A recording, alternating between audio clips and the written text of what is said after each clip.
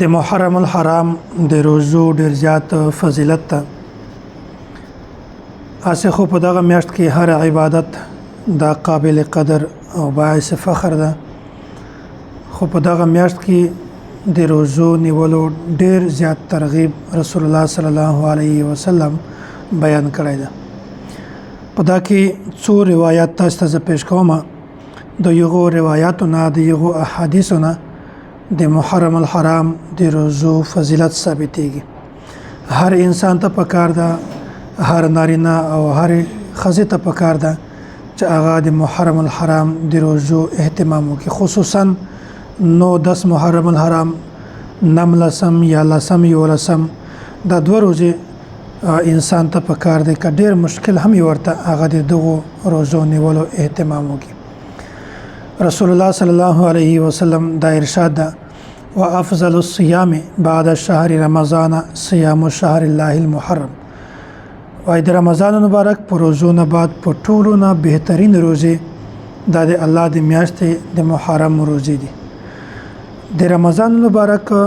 د میاشتې روزه دا خو فرضي عبادت ته دا خو فرضي دي د یو خو ځان ته مقام د بل روزه د مقام نشته خو رمضان مبارک نه بعد چې غټ مقام کوم روزه تاسیس شوی دا کوم حیثیت ورته تاسیس شوی دا کوم مرتبه ورته ملاو شوی دا کوم زیات فضیلت ده هغه د محرم الحرام دی روزو ده دوم حدیث حضرت ابن عباس رضی الله تعالی عنه دا روایت توای ک یو انسان د محرم الحرام یو روزه هم ونیولا د دغه وی روزه په بدله کې عبادت دی وی میاشتې ثواب ملوي نو دا داسې ده لکه د انسان چې پوره میاشت روزه نیولې وي رسول الله صلی الله علیه وسلم فرمای من صام یوما من المحرم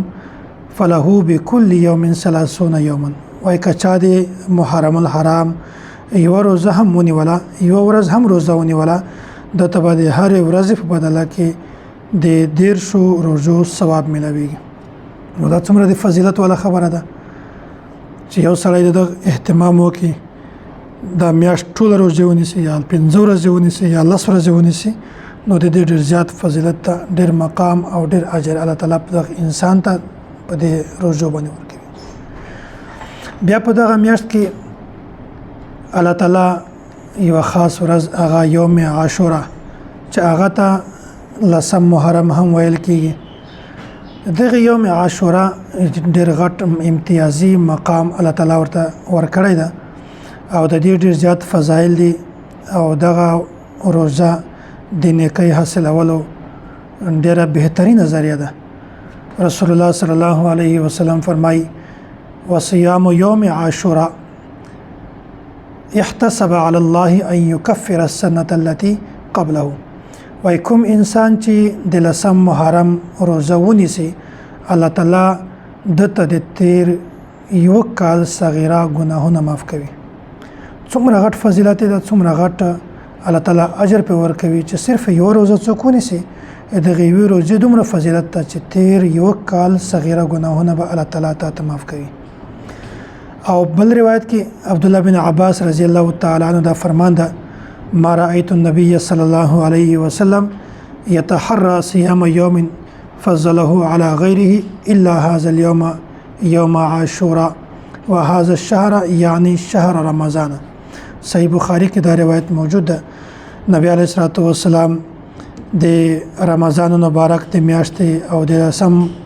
محرم د ورځې د روزو نیولو ډېر زیات اهتمام کوو د رمضان مبارک د میاشتې د روزو نیولو هم ډېر اهتمام کوو ځکه چې فرضي روزه وه او د لسم محرم د روزو نیولو هم ډېر زیات اهتمام کوو په دې کې اوس یوه خبره بله په ذهن کې کېنوئ چې نبی علیه الصلاه والسلام دغه روایت هم د صوموا یوم عاشورا وخالفوا فيه اليهود وصوموا قبله يوما او بعده يوما دا د عاشورا چې کوم روزه وا دغه يهودو هم نیوله بیا د لسم محرم چې کوم روزه ده بیا پانا بعد نبی علیه الصلاه والسلام دا حکم منتوکو چې تاسو د لسم محرم سره د 9 محرم روزه هم نیسئ یا د لسم سره د 11 محرم روزه هم نیسئ چې په دغه وخت کې د يهودانو مخالفت راشي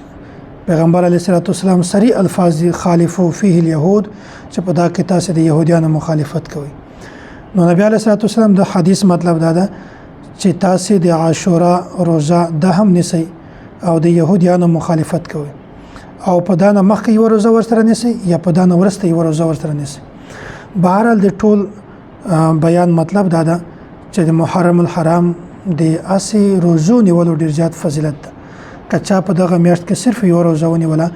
د هرې روزې په بدله کې به الله تعالی د یوې میاشتې د روزو نیولو ثواب ورکوي.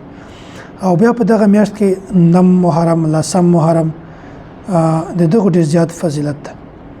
نم لسم محرم روزې پیغمبر علیه الصلاۃ والسلام ترغیب هم بیان کړی ده چې تاسو نسی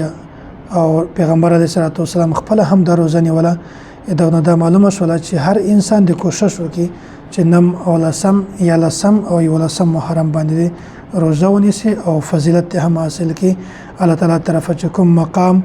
او کوم نیکی ورته حاصلېږي هغه د هم انسان حاصلېږي. الله تعالی د ممتاز ټولو ته د روزو نیولو توفیق را نصیب کړي.